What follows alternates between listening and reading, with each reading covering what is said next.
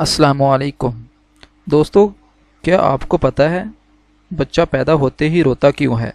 دوستو، سب سے پہلے آپ کو بچے کے پیدا ہونے کے بعد رونے کی سائنسی حکمت بتاتے ہیں کہ سائنس اس حوالے سے کیا کہتی ہے۔ تو یاد رہے، سائنس کے مطابق بچے کے پھیپھڑوں میں میوٹیفلورائے برا ہوتا ہے۔ یہ وہ پانی ہے جو رحم مادر میں بچے کو محفوظ رکھتا ہے، جو پھیپھڑوں میں آکسیجن کی منتقلی سے جمع ہوتا ہے۔ اس مائر کو پھیپھڑوں سے نکالنے کے لیے یہ ضروری ہے کہ بچہ زور سے چلائے، اور بچے کے اس چلانے سے مائع پھیپھڑوں سے خارج ہو جاتا ہے اور بچہ سانس لینے کے قابل ہو جاتا ہے۔ اگر بچہ نہ رو پائے تو اس مائع کے پھیپھڑوں میں موجودگی کسی بچے کی آکسیجن کی عدم موجودگی کی وجہ سے موت بھی ہو سکتی ہے۔